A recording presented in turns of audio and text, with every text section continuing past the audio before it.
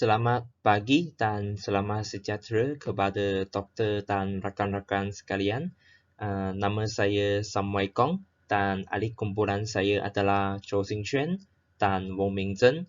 Dan hari ini kami nak buat perbincangan dalam subjek PQI 6001 Sejarah dan Asas Falsafah Pendidikan, dan ini adalah seminar pertama iaitu bertajuk Bandingkan perbezaan dan persamaan terhadap dasar pendidikan masa kini antara Malaysia dan China.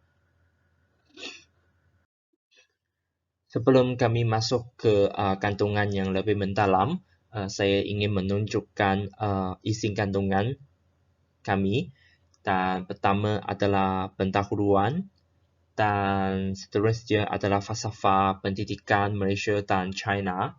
Dan seterusnya adalah transformasi sistem pendidikan kepada Malaysia dan China, dan sistem pendidikan, sekolah, bahasa pengganda, kurikulum kebangsaan terkini, sistem peperiksaan sekolah rendah dan sekolah menengah China, dan seterusnya adalah jenis peperiksaan dalam setiap peringkat, dan seterusnya adalah panduan pendidikan di Malaysia dengan negara China, dan akhirnya adalah kesimpulan. Jadi ini adalah kandungan kami dan akan dibincangkan nanti. Terlebih dahulu, untuk pendahuluan, saya akan berceritakan sikit dasar pendidikan. Dasar pendidikan adalah sangat penting untuk sesebuah negara. Ya, dasar pendidikan untuk sesebuah negara adalah sangat penting. Bukan sahaja untuk negara Malaysia, negara Jepun, Singapura, India, Amerika Syarikat dan sebagainya juga adalah sangat penting dan akan mementingkan dasar pendidikan. Sekiranya kita lihat kepada rakyat, pendidikan adalah hak asasi kepada mereka untuk mendapatkan ilmu pengetahuan supaya kehidupannya lebih bermakna dan berfaedah. Ya, kami berhak, sekiranya kami adalah insan atau rakyat di sesebuah negara, kami berhak untuk mendapatkan ilmu pengetahuan supaya mengubahkan kehidupan kami. Dan seterusnya adalah kepada masyarakat. Pendidikan adalah satu platform untuk memupuk insan atau tenaga kerja yang dapat berkhidmat kepada masyarakat. Ya, sekiranya kita mendapat ilmu pengetahuan dan akan menjadi profesional atau menjadi tenaga kerja yang boleh berkhidmat kepada masyarakat, iaitu di apa-apa sektor saja, di apa-apa bidang, dan untuk berkhidmat untuk negara. Dan seterusnya adalah kepada negara. Ya, pendidikan mewujudkan kepada negara supaya dapat bersaing dengan negara-negara lain dalam berbagai bidang. Ya, sekiranya kita dapat ilmu pengetahuan, jadi kami ada keupayaan untuk bersaing dengan negara lain di atas pentas antarabangsa. Dan akhirnya iaitu kemajuan dan pencapaian negara adalah berdasarkan pelaksanaan dasar pendidikan sesebuah negara. Ya, sekiranya sebuah negara yang berjaya atau maju dalam teknologi atau dalam berbagai bidang, dan juga ada apa-apa pencapaian, iaitu berdasarkan pelaksanaan dasar pendidikan sebuah negara. Seterusnya, saya akan menceritakan falsafah pendidikan Malaysia dan juga negara China. Ya, falsafah pendidikan kebangsaan untuk Malaysia yang diubah pada tahun 1988 dan disemak semula pada tahun 1996 dan termaktub dalam Wisi Kementerian dan kerajaan yang berhasrat melahirkan generasi holistik dari segi intelek, rohani, emosi, dan jasmani. Dan boleh dilihat dalam perangkat ini. Pendidikan di Malaysia ialah satu usaha berterusan ke arah memperkembangkan lagi potensi individu secara menyeluruh dan bersepadu untuk mewujudkan insan yang seimbang dan harmonis dari segi intelek, rohani, emosi, dan jasmani berdasarkan kepercayaan dan kepatuhan kepada Tuhan. Usaha ini adalah bagi melahirkan rakyat Malaysia yang berilmu, bertanggungjawab dan keupayaan mencapai kesejahteraan diri serta memberikan sumbangan terhadap keharmonian dan kemakmuran masyarakat dan negara.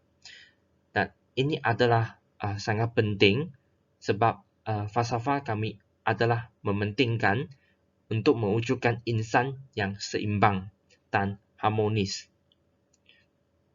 Ya, ini adalah falsafah pendidikan Malaysia. Seterusnya adalah falsafah pendidikan China. Dan falsafah pendidikan China adalah Confucianisme, iaitu pemikiran yang berasas daripada Confucius, Kongzi. Tokoh-tokoh yang mengikut falsafah ini adalah seperti Mengzi, Xunzi dan sebagainya. Dan itu pandangannya daripada tokoh-tokoh adalah terhadap falsafah Confucianisme adalah seperti membina tingkah laku manusia demi menjadi orang yang berakhlak mulia, mengikut peraturan serta taat dan cinta kepada pemerintah dan negara. Dan ini adalah falsafah pendidikan untuk negara China. Falsafah negara China iaitu falsafah Confucianisme juga mementingkan amalan Li dan Ren. Apanya Li dan Ren? Amalan Li adalah peraturan dan hubungan antara manusia. Dan Ren itu adalah sifat murni manusia.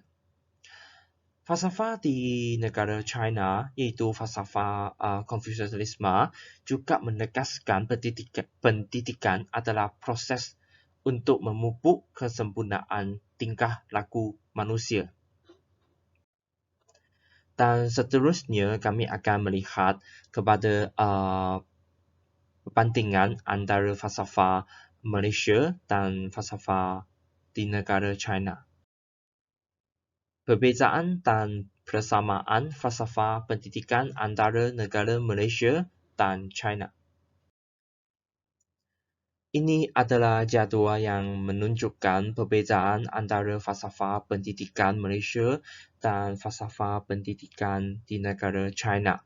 Dan sebelah kiri adalah falsafah pendidikan Malaysia dan sebelah kanan adalah falsafah pendidikan China. Untuk falsafah pendidikan Malaysia iaitu memperkembangkan potensi individu secara menyeluruh dan bersepadu untuk mewujudkan insan yang seimbang dan harmonis dari segi intelek, rohani, emosi dan jasmani berdasarkan kepercayaan dan kepatuhan kepada Tuhan. Untuk negara China iaitu membina tingkah laku manusia demi menjadi orang yang berakhlak mulia, mengikut peraturan serta taat dan cinta kepada pemerintah dan negara. Nah, itu juga mementingkan amalan Li atau dan Ren. Untuk falsafah pendidikan Malaysia iaitu lebih mementingkan untuk mewujudkan insan yang seimbang, iaitu yang menyeluruh, iaitu bukan sahaja dalam satu tempat atau satu pihak saja atau satu bidang, iaitu seimbang menyeluruh. Tetapi untuk negara China, iaitu mereka akan mementingkan tingkah laku manusia. Dan ini adalah perbezaan. Dan Malaysia adalah sangat seimbang, adalah mementingkan seimbang, tetapi untuk negara China adalah mementingkan tingkah laku manusia. Untuk jadual ini adalah menunjukkan persamaan falsafah pendidikan antara negara Malaysia dan negara China. Di sebelah kiri adalah negara Malaysia, di sebelah kanan adalah negara China. Untuk negara Malaysia iaitu melahirkan rakyat Malaysia yang berilmu, bertanggungjawab dan keupayaan mencapai kesejahteraan diri serta memberi sumbangan terhadap keharmonian dan kemakmuran masyarakat dan negara. Untuk falsafah pendidikan China iaitu membina tingkah laku manusia demi menjadi orang yang berakhlak mulia, mengikut peraturan serta taat dan cinta kepada pemerintah dan negara. Kedua-dua falsafah ini adalah dan persamaannya adalah untuk membawakan kebaikan atau kemakmuran atau kesejahteraan kepada negara. Jadi ini adalah persamaannya. Seterusnya adalah transformasi sistem pendidikan kepada Malaysia dan China. Untuk negara Malaysia, pada Oktober 2011, KPM iaitu Kementerian Pendidikan Malaysia telah melancarkan kajian semula sistem pendidikan secara menyeluruh dalam usaha membangunkan Plan Pembangunan Pendidikan Malaysia yang baru, iaitu Plan Pembangunan Pendidikan Malaysia pada tahun 2013 hingga 2025. Dan manakala untuk negara China pada Februari 2019, Kementerian Pendidikan China juga melaksanakan plan yang baru terhadap sektor pendidikan, iaitu China Education Modernization 2035, iaitu Plan Modernisasi Pendidikan China 2035 supaya menambahbaikkan sistem atau dasar pendidikan di negara China. Untuk negara Malaysia, iaitu Plan Pembangunan Pendidikan Malaysia pada tahun 2013 hingga 2025, iaitu mempunyai 11 anjakan kepada transformasi sistem pendidikan. Dan untuk negara China, iaitu Plan Modernisasi Pendidikan China 2035, iaitu mempunyai 11 anjakan kepada transformasi sistem pendidikan, iaitu negara Malaysia lebih satu sahaja anjakan daripada negara China. Walaupun negara tidak sama, iaitu negara Malaysia dan China, tetapi terdapat sebahagian anjakan daripada kedua plan di atas mempunyai persamaan dan perbezaannya. Cuba lihat apanya perbezaan dan persamaannya. Perbezaan dan persamaan transformasi sistem pendidikan antara Malaysia dan China. Seterusnya, jadual ini akan menunjukkan persamaan antara Plan Pembangunan Pendidikan Malaysia dan Plan Modernisasi Pendidikan negara China, dan sebelah kiri adalah negara Malaysia dan sebelah kanan adalah negara China. Dan untuk negara Malaysia, saya telah memilih anjakan keempat, dan untuk negara China, saya telah memilih anjakan ke-7 untuk perbandingan dalam persamaannya. Itu anjakan keempat, iaitu mentransformasi profesion keguruan menjadi profesion pilihan. Itu mengekatkan syarat kemasukan guru mulai 2013 supaya terdiri daripada kalangan graduan 30% ke atas. Dan untuk negara China, iaitu anjakan ke-7, membina tenaga pengajar yang amat profesional dengan aspirasi inovatif, iaitu mengambil etika dan gaya guru sebagai kriteria pertama untuk menilai kualiti guru dan menambahbaikkan sistem penampilan dan pencapaian guru. Dan ini kedua adalah mementingkan kualiti guru Dan seterusnya untuk Malaysia, anjakan 4 iaitu membudayakan kecemerlangan berasaskan telatan rakan setugas dan proses pensijiran mulai 2025. Dan untuk negara China iaitu meningkatkan usaha pengiktirafan guru dan berusaha untuk meningkatkan status politik, sosial dan profesional guru. Itu juga memberikan ganjaran kepada guru. Ini adalah itu persamaannya. Dan seterusnya jadual ini akan menunjukkan perbezaan antara dua-dua brand. Anjakan kedua-dua negara adalah yang sama, dan untuk negara Malaysia iaitu memastikan guru memberi tumpuan kepada fungsi teras pengajaran mulai 2013, dan seterusnya adalah melaksanakan laluan kerjaya guru berasaskan kompetensi dan prestasi menjelang 2016, dan juga memperluas laluan guru untuk peranan kepimpinan pakar pengajaran dan pakar bidang khusus menjelang 2016. Untuk negara China, iaitu meningkatkan taraf hidup guru dan menambahbaikkan sistem jaminan kebajikan guru. Dan seterusnya adalah menambahbaikkan sistem bayaran gaji guru di sekolah rendah dan menengah serta melaksanakan sistem pemberian subsidi kepada guru yang berkhidmat di kawasan pendalaman secara menyeluruh. Iaitu negara Malaysia lebih mementingkan kualiti guru, tetapi untuk negara China adalah lebih mementingkan kebajikan guru. Ini adalah perbezaannya. Dan seterusnya adalah persamaan. Di sebelah kiri masih negara Malaysia dan sebelah kanan itu negara China, tetapi anjakan itu lain. Untuk Malaysia iaitu anjakan ketiga, melahirkan rakyat yang menghayati nilai, dan untuk negara China iaitu anjakan 2, membina sektor pendidikan yang bertaraf antarabangsa dengan keistimewaan negara China. Untuk negara Malaysia, anjakan ketiga adalah mengukuhkan pendidikan agama Islam dan pendidikan moral dengan lebih tumpuan kepada perpaduan dan memupukkan persefahaman yang erat antara murid.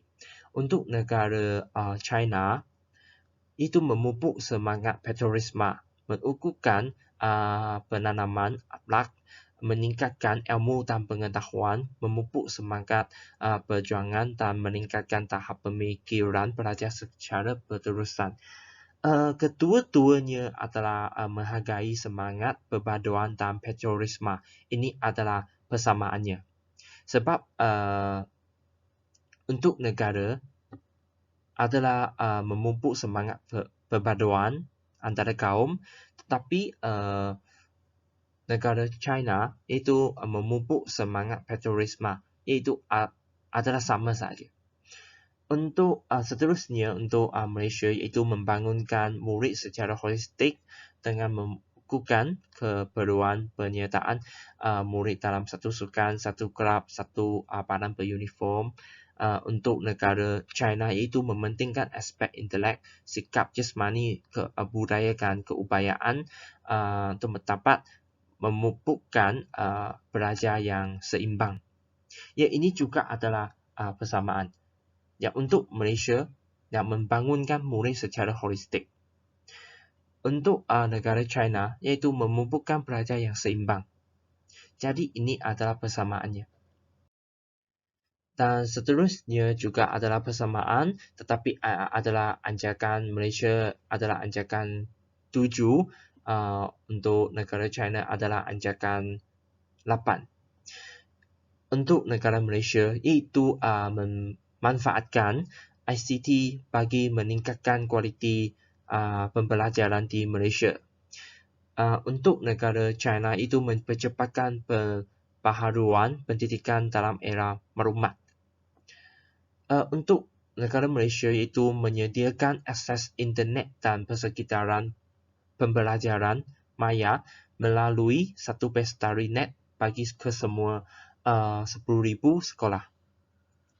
Dan untuk negara China, iaitu gunakan teknologi moden atau canggih untuk mempercepatkan proses melatih insan yang berbakat. Jadi tujuan dan matlamat adalah sama. Dan seterusnya untuk negara Malaysia iaitu menambahkan kandungan dalam talian untuk perkongsian amalan terbaik bermula dengan perpustakaan video, guru terbaik menyampaikan pengajaran dalam sains, matematik, bahasa Malaysia dan bahasa Inggeris. Dan negara China juga mementingkan inovasi terhadap format perkhidmatan dalam sektor pendidikan dan mewujudkan sistem perkongsian sumber pembelajaran secara digital. Dan kedua-dua adalah bersamaan, iaitu menggunakan ICT untuk menjadi alat bantu mengajar, iaitu menggunakan ICT untuk mengajar, iaitu teknologi yang moden. Dan seterusnya adalah perbezaan. Dan perbezaan untuk negara Malaysia iaitu memaksimumkan penggunaan ICT bagi pembelajaran jarak jauh dan pembelajaran kadar kendiri untuk memperluaskan akses kepada pengajaran berkualiti tinggi tanpa mengira lokasi atau tahap kemahiran murid. Dan ini adalah Malaysia adalah mementingkan pengajaran berkualiti tinggi. Dan untuk negara China iaitu menambahbaikkan sistem pengagihan faedah, sistem perlindungan hak intelek dan sistem penyeliah perkhidmatan pendidikan baharu. Dan juga mempercepatkan pembentukan terhadap pengurusan pendidikan moden dan mengalahkan ketepatan dalam pengurusan dalam membuat keputusan secara menyeluruh.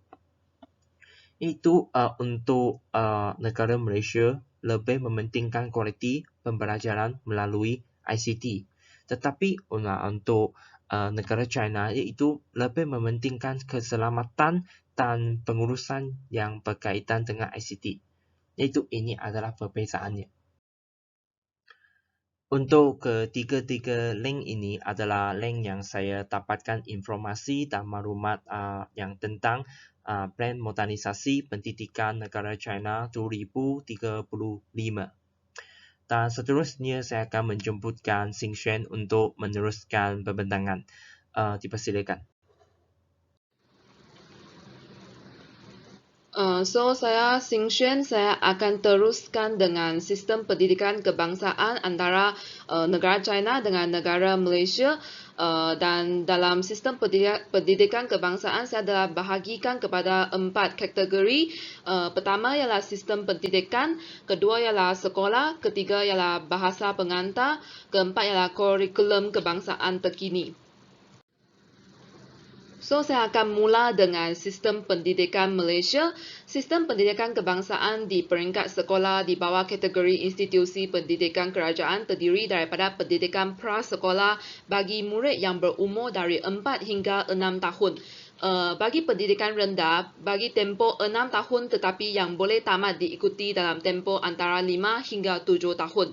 Pendidikan menengah yang terdiri daripada pendidikan menengah rendah dan menengah atas dan juga pendidikan lepas menengah yang disediakan untuk seseorang yang sudah tamat mengikuti pendidikan menengah rendah dan menengah atas, tetapi tidak termasuk pendidikan tinggi seperti tingkatan 6 dan matrikulasi.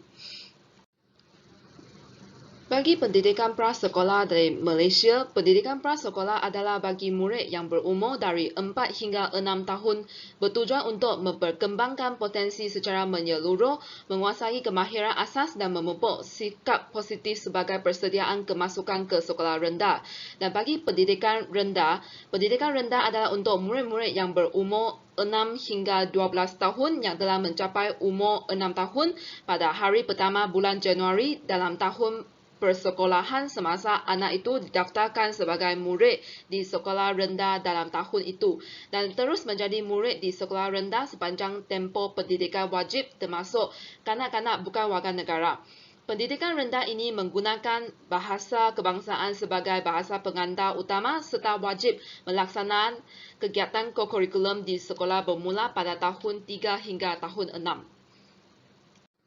So, bagi pendidikan menengah rendah dan atas di Malaysia, pendidikan menengah rendah adalah untuk murid-murid yang berumur 13 hingga 15 tahun, iaitu tingkatan 1 hingga tingkatan 3 dan diberikan pendedahan pelbagai bidang ilmu dengan menggunakan bahasa kebangsaan sebagai bahasa pengantar utama.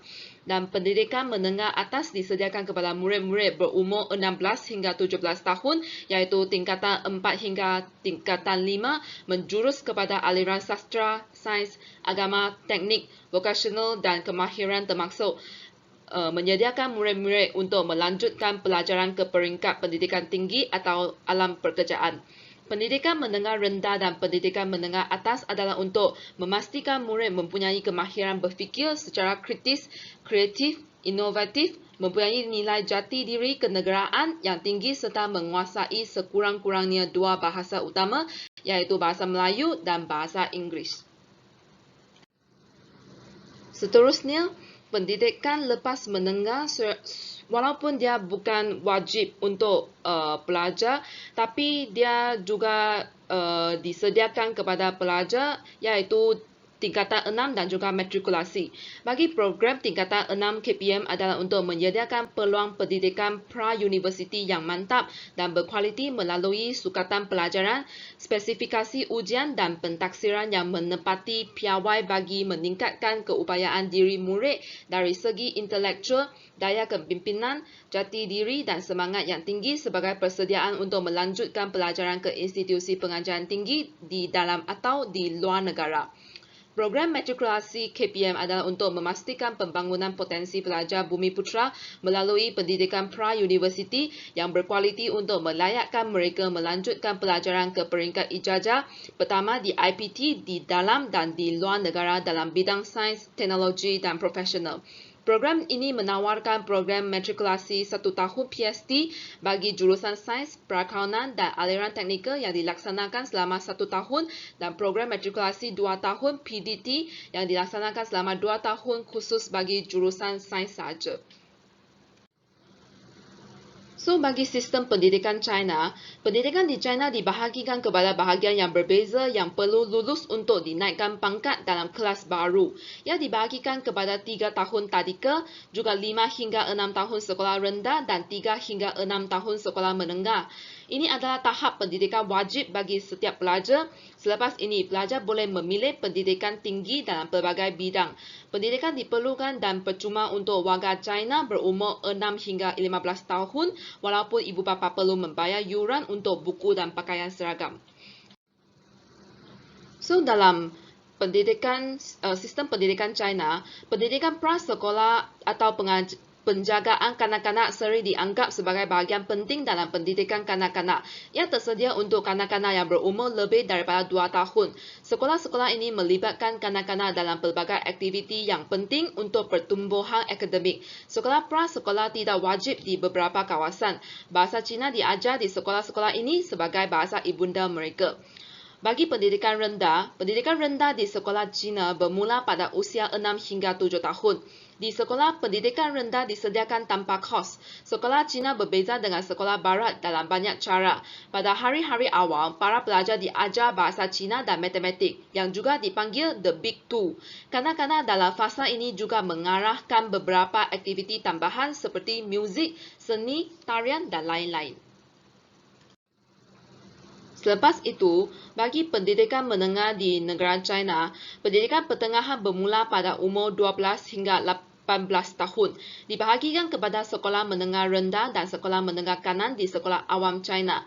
Pendidikan menengah rendah adalah wajib untuk semua pelajar dan selepas selesai, pelajar boleh memilih sekolah menengah kanan, sekolah vokasional atau sekolah profesional.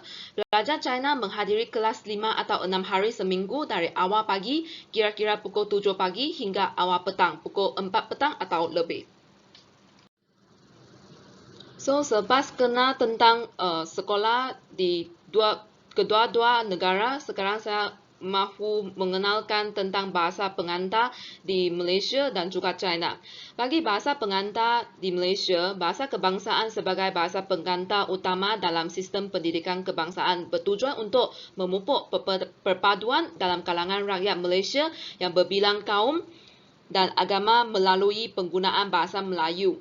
Bahasa Cina dan bahasa Tamil digunakan sebagai bahasa pengantar utama di sekolah jenis kebangsaan.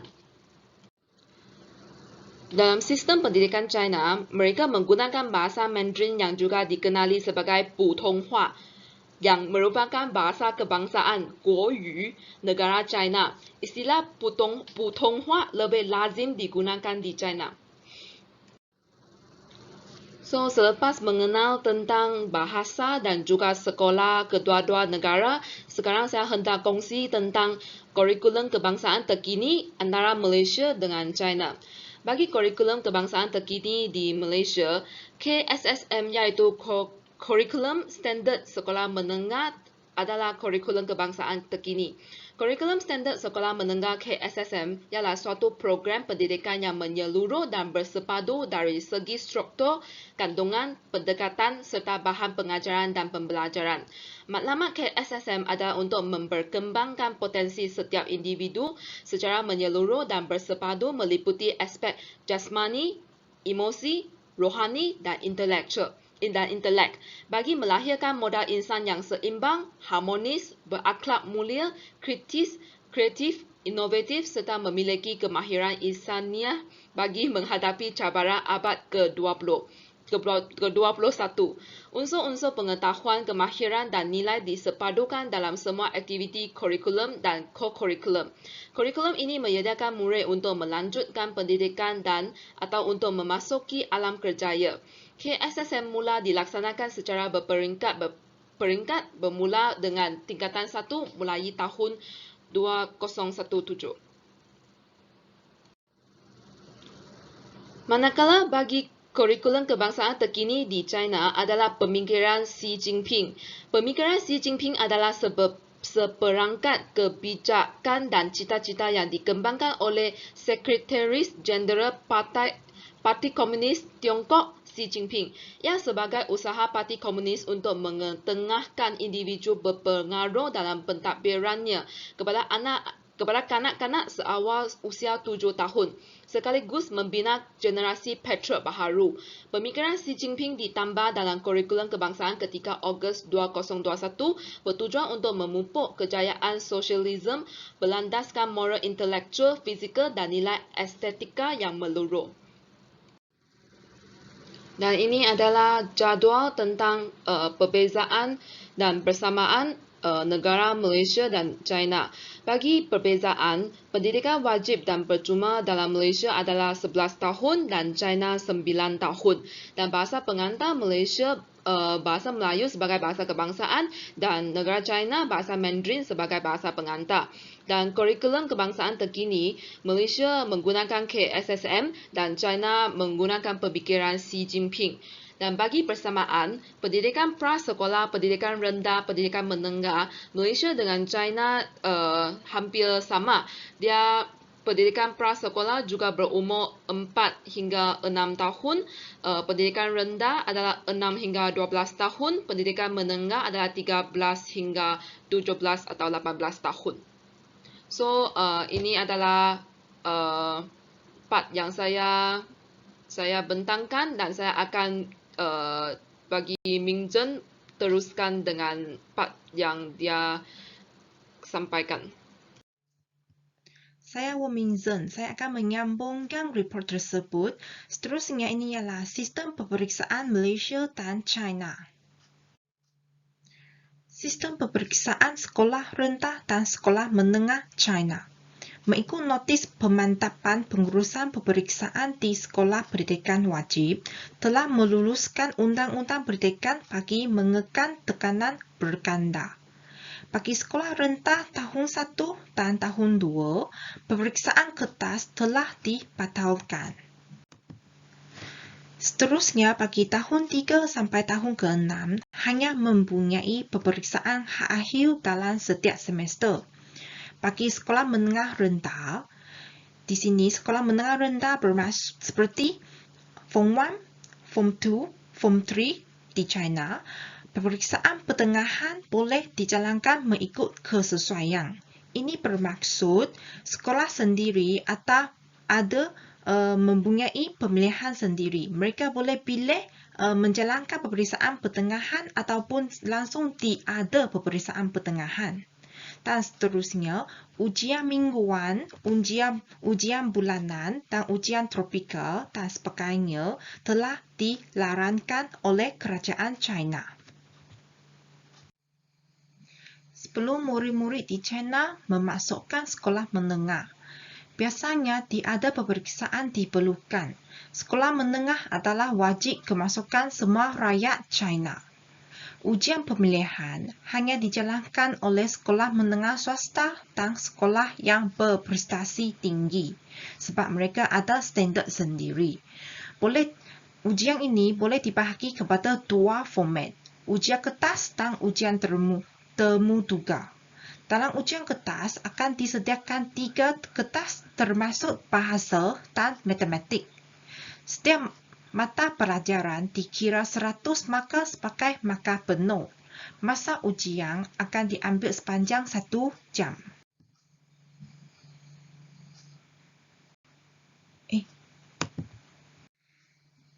Sistem ujian masuk Universiti Kebangsaan China juga dipanggil sebagai Gaokao. Mereka menggunakan sistem 3 tanpa X. Sistem Gaokao ini telah dilaksanakan di kebanyakan tempat ataupun wilayah di negara China. 3 merujukan kepada mata pelajaran wajib, termasuk bahasa Cina, matematik dan bahasa asing, yang setiap satunya menyambung 150 daripada jumlah markah 750 dalam jumlah markahnya.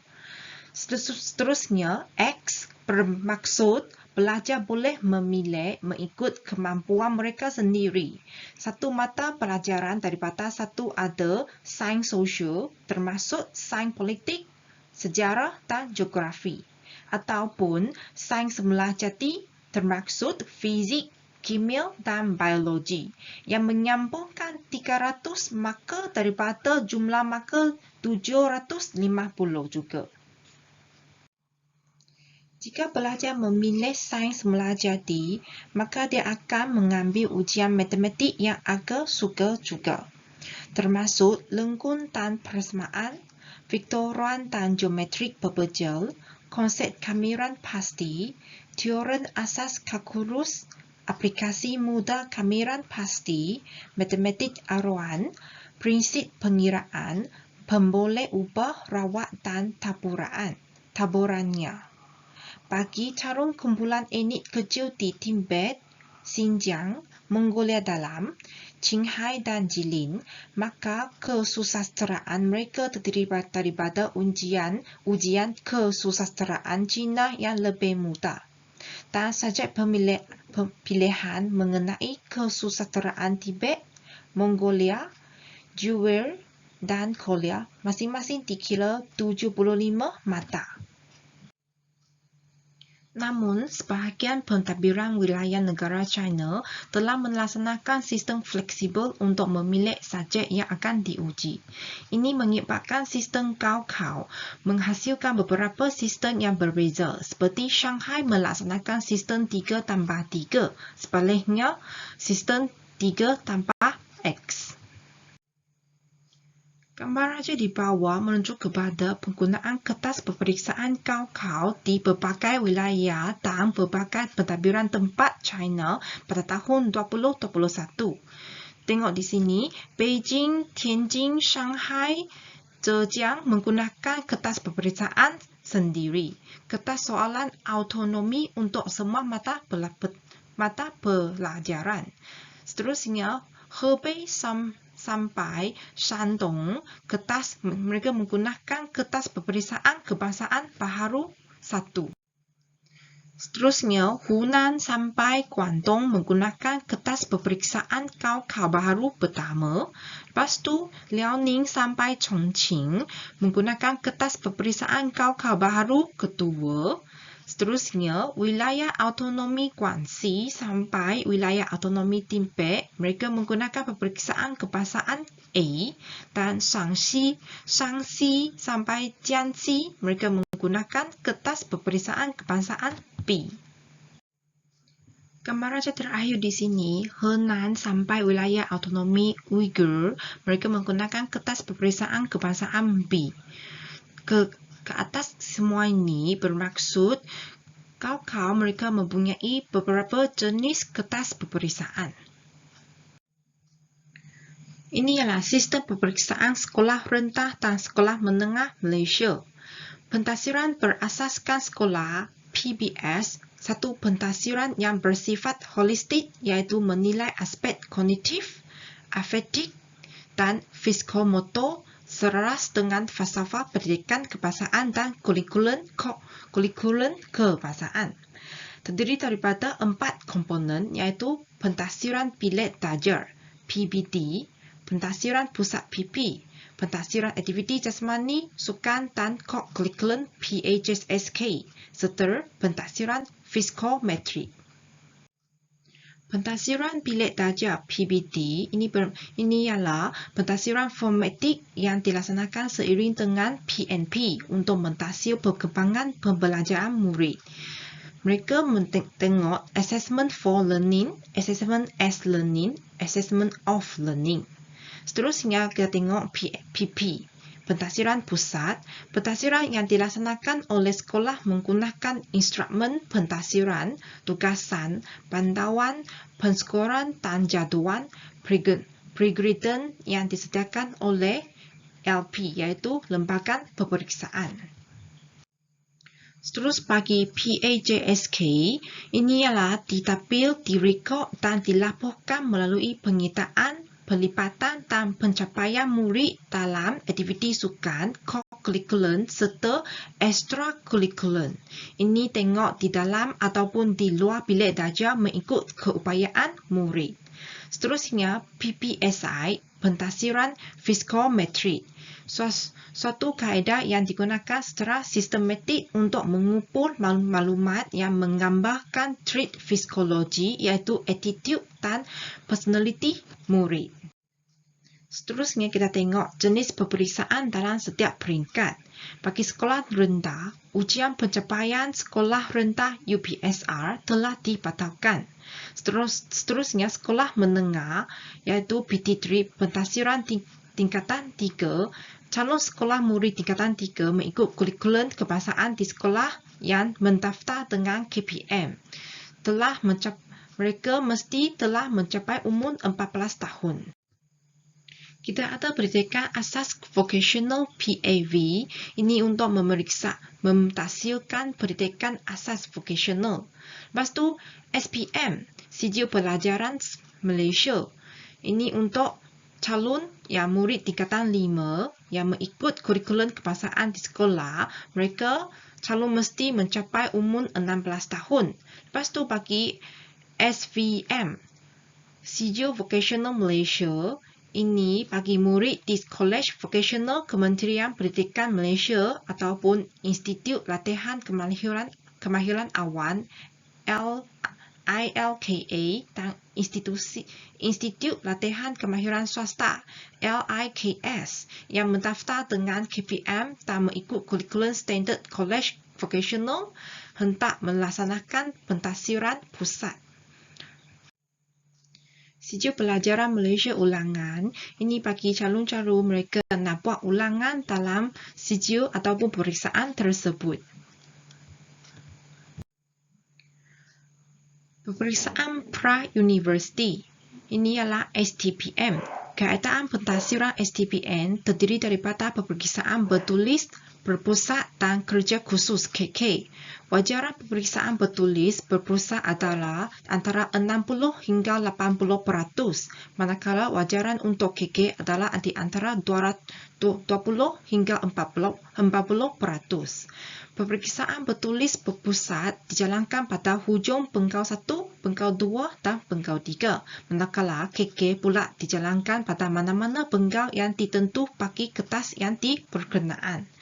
Antara keistimewaan yang terdapat dalam peperiksaan STPN kini ialah calon boleh memperbaiki keputusan peperiksaan bertulis bagi sesuatu pengkau yang berkenaan dengan meletupi peperiksaan ulangan, iaitu ulangan 1 dan ulangan 2 sahaja. Keputusan keseluruhan peperiksaan STPN dikeluarkan berdasarkan keputusan terbaik calon dalam peperiksaan bertulis berpusat pada pengkau tersebut. Seterusnya, Malaysian University English Test (MUET). Komponen ujian MUET terdiri daripada ujian listening, speaking, reading dan writing. Pencapaian calon dilaporkan mengikut band 1 hingga band 6 dan band 6 merupakan band tertinggi.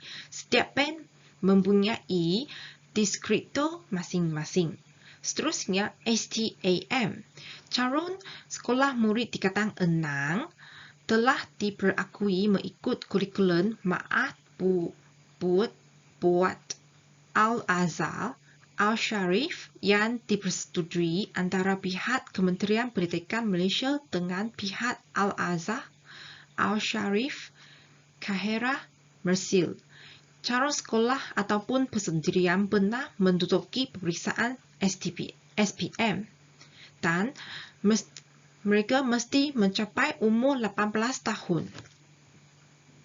semasa mereka nak duduk peperiksaan STAM.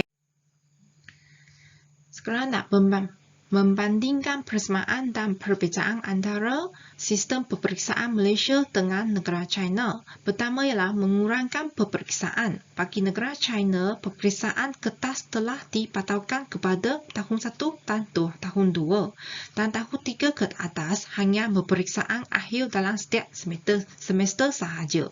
Lepas tu bagi Malaysia, UPSR juga telah dipataukan. Persamaan kedua ialah terus sambung pembelajaran sampai sekolah menengah. Negara China juga sekolah menengah adalah wajib. Lepas tu PT3 bagi murid sekolah menengah rendah, tapi mereka juga boleh sambung pembelajaran ataupun sekolah sampai Form 4 dan Form 5 adalah wajib. Seterusnya persamaan ketiga ialah mementingkan peperiksaan sekolah menengah tinggi, iaitu Form 5 bagi SPM dalam Malaysia. Kalau bagi negara China, mereka ada KAU, ujian masuk universiti kebangsaan. Kita tengok perbezaannya. Kalau bagi negara China, mereka mempunyai kertas soalan peperiksaan KAU yang berbagai mengikut wilayah tertentu. Kalau bagi Malaysia, kita ada kertas soalan SPM yang sama. Lepas tu, kita mempunyai sijil yang berbagai, seperti SPN, SVN. Lepas tu, kita mempunyai peperiksaan pra-universiti, iaitu STPM. Kita tengok panduan pendidikan di Malaysia dan negara China. Panduan pendidikan di negara China. Pertama ialah panduan 2 pengecualian 1 tambahan. Panduan kepada keluarga murid yang miskin di pendidikan kampung. Percuma buku pembelajaran dan yuran sekolah. Subsidi untuk kos syarat hidup asrama. Panduan jenis kedua ialah panduan insentif pinjaman membantu subsidi. Institusi pengajian tinggi untuk menggalakkan pelajar miskin sambung belajar, mereka memberi panduan tersebut, ialah insentif. Beasiswa disediakan dalam setiap bidang pembelajaran seperti pendidikan, pertanian, kesihatan dan sebagainya. Seterusnya ialah pinjaman. Wang pinjaman daripada institusi kewangan kepada pelajar yang diperlukan. Seterusnya ialah membantu. Institusi pengajian tinggi menyediakan jawatan kekosongan untuk pelajar. Galakkan program kerja pelajar. Lepas tu subsidi. persekutuan dan kerajaan tempatan akan memberikan wang panduan. Institusi pengajian tinggi perlu mengakhirkan 10% panduan daripada iuran sekolah kepada pelajaran yang memerlukan.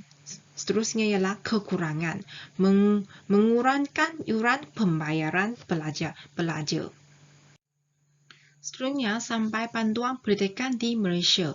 Kita tengok panduan makanan asrama PMA ini ialah menambungkan kos penyediaan makanan murid di asrama.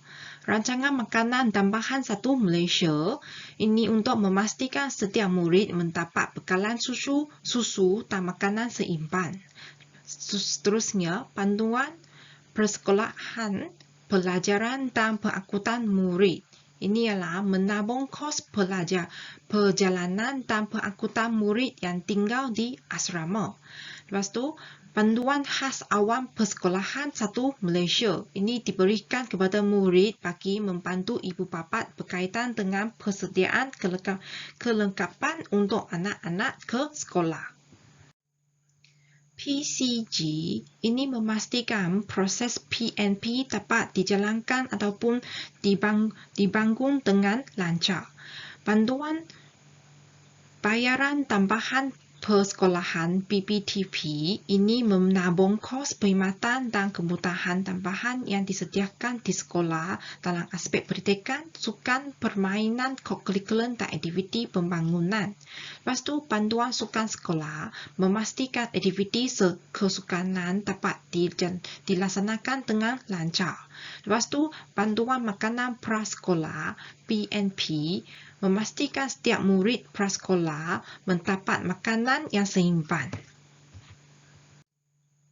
Beasiswa kecil persekutuan diberikan kepada murid tingkatan 1 sampai tingkatan 6. Allowance murid berkeperluan khas ini ialah allowance kepada OKU. Lepas tu beasiswa sukan ini kepada murid tingkatan 1 hingga tingkatan 5 yang cemerlang dalam bidang sukan. Allowance pra-universiti ini ialah allowance kepada murid-murid yang pra-universiti. Lepas tu bantuan jaket keselamatan murid ini kepada murid-murid yang selalu menggunakan pengangkutan air. Lepas tu kita juga ada projek khas sekolah berasrama penuh, kumpulan wang amanan pelajar miskin, bantuan pakaian serahkan pasukan badan beruniform, projek khas sekolah berasrama penuh. Persamaan dan perbezaan antara Malaysia dengan negara China. Kita tengok persamaannya ialah negara China dan Malaysia ada memberi bantuan kepada murid ataupun pelajar yang miskin serta kos kehidupan yang kurang supaya mereka tidak berhenti sekolah. Seperti contohnya ialah China ada 2 pengecualian. Malaysia ada PKAP 1 Malaysia, PPTP dan EPU. Tapi perbezaannya ialah China bukan sahaja memberi bantuan, mereka juga memberi peluang. Pelajar boleh menawar keupayaannya seperti membantu. Kesimpulannya, kebanyakan negara berusaha untuk menambah baik sistem pendidikan mereka untuk memenuhi perkembangan dunia yang pesat. Pendidikan bukan sahaja menyampaikan ilmu pengetahuan, ia juga memupuk fizikal dan mental kanak-kanak yang sihat. Inilah pihak kerajaan selalu mencontohi pelaksanaan negara-negara lain supaya menyesuaikan kehidupan rakyat yang lebih makmur dan aman, serta boleh meningkatkan daya saing sendiri di pentas antara bangsa. Sekian, terima kasih.